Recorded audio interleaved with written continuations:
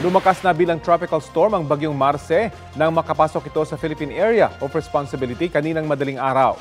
Base sa 5 a.m. bulletin ng Pag-asa, namataan ang sentro ng bagyong Marce 935 kilometers silangan ng Eastern Visayas. Taglay nito ang lakas ng hangin na hanggang 65 kilometers per hour. Gaya ng mga nagdaang bagyo, maaaring tumbukin ito ang northern o kay extreme northern Luzon. Posibleng lumapit o maglandfall doon ang bagyong Marce. Posible rin ang anilay rapid intensification o mabilis na paglakas ng bagyo. Nitong weekend lang nabuo ang Marce sa Pacific Ocean. Ilang oras lang ay naging tropical depression ito at lumakas bilang tropical storm bago pumasok ng PAR kaninang alas 2 ng madaling araw. Sa ngayon, wala pang nakataas na wind signal sa alinmang bahagi ng bansa. Antabayanan po dito sa Balitang Hali ang 11 a.m. bulletin ng Pag-asa. Ang PAR po ay ginagamit ng Pag-asa para mag-monitor ng anumang weather disturbances na maaaring makaapekto sa bansa, partikular ang mga bagyo. Nasasakop ng PAR ang bahagi ng Philippine Sea at Pacific Ocean, kasama ang island country na Palau, ang bahagi ng Sabah at bansang Brunei, bahagi ng South China Sea at Spratly Islands, at ang bahagi ng Okinawa, Japan at buong Taiwan.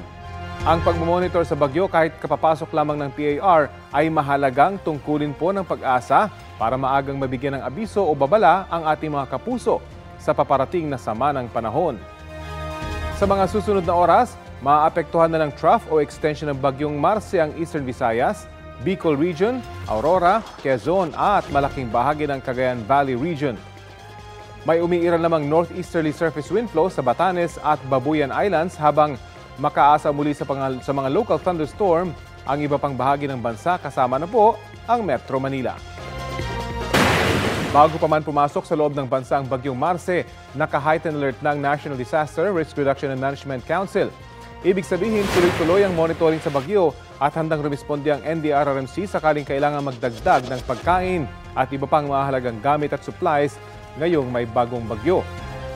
Sa vlog naman ni Pangulong Bongbong Marcos, sinabi niyang nananatiling prioridad ang pagtulong sa mga nasalanta na mga nagdaang bagyo. Sa datos ng NDRRMC, mahigit 8 milyong tao ang apektado ng bagyong Christine at Leon. Mahigit 744,000 sa kanila ang lumikas.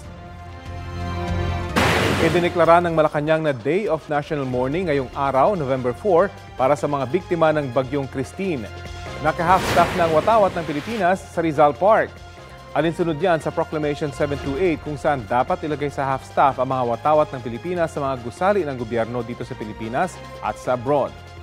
Hinihiling din sa publiko na mag-alay ng panalangin para sa mga nasawi dahil sa paghagupit ng bagyong Christine.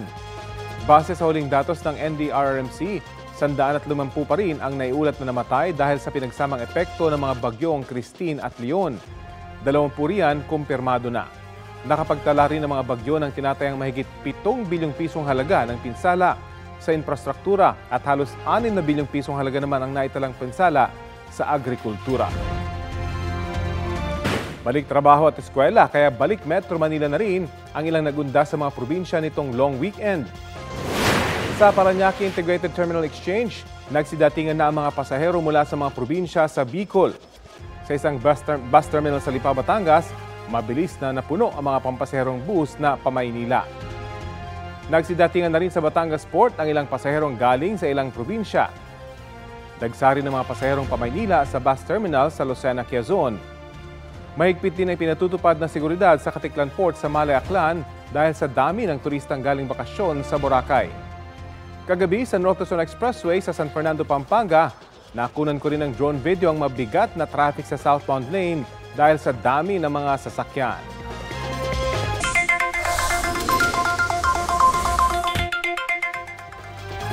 Beep, beep, beep sa mga kapusong motorista, dagdag bawas ang galaw ng presyo ng mga produktong petrolyo simula po bukas. Batay sa anunsyo ng ilang oil companies, may 75 centavos na taas presyo sa kada litro ng diesel. Rollback naman para sa gasolina na 10 centavos kada litro. Sa ilang kumpanya, may dagdag din na 50 centavos sa presyo ng kerosene. Suma total, 7 pesos and 30 centavos na ang naitaas sa presyo ng diesel ngayong taon, habang 8 pesos and 65 centavos naman sa gasolina, nabawasan ng kerosene ng 2 pesos and 60 centavos kada litro. Tinutukoy pa rin ang pagkakakilanlan ng isang bangkay na natagpo ang palutang-lutang sa dagat sa Tondo, Maynila. Balita hatid ni Jomar Apresto.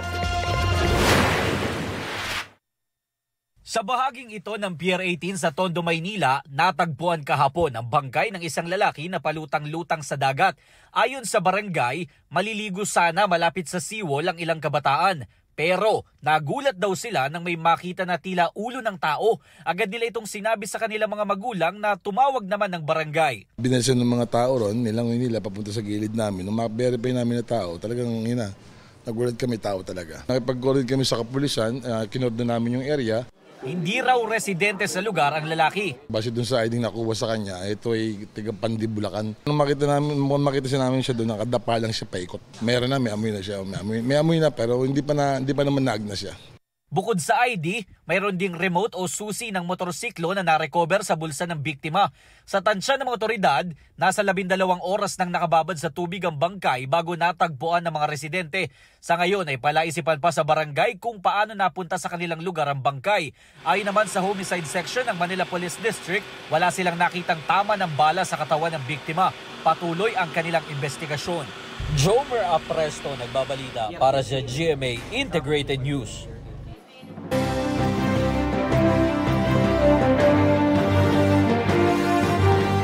Dinagdagan ng mga pulis at sundalo sa Bangsamoro Autonomous Region in Muslim Mindanao o BARM ngayong unang araw ng filing ng Certificate of Candidacy para sa kauna-unahang parliamentary elections doon.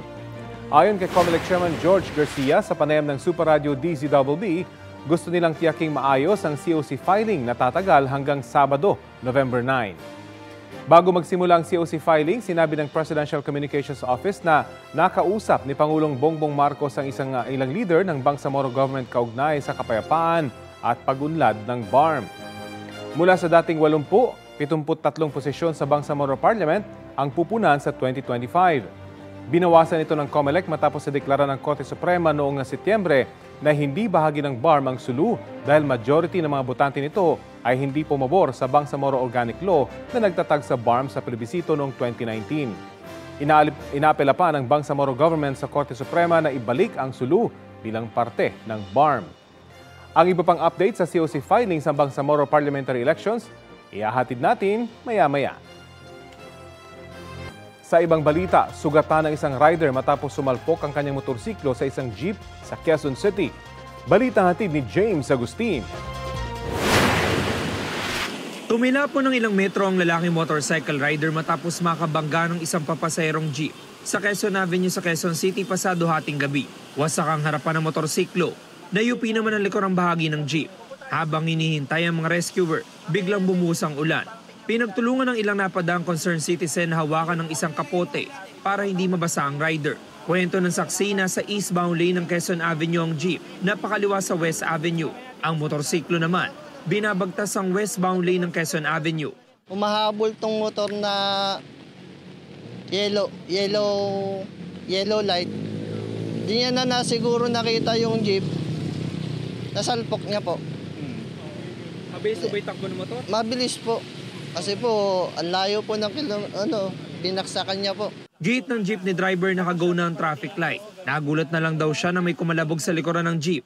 Nasa gitna na ako, patawid na ako inaabot pa ako. Malakas po ba yung pagkakabangga? Malakas, halos laglag nga ang ang pitan Ang bilis, sobrang bilis. Hindi na nakuha na ng payag ang rider. Patuloy ang sinasagawang investigasyon ng QCPD Traffic Sector 1. James Agustin nagbabalita para sa GMA Integrated News.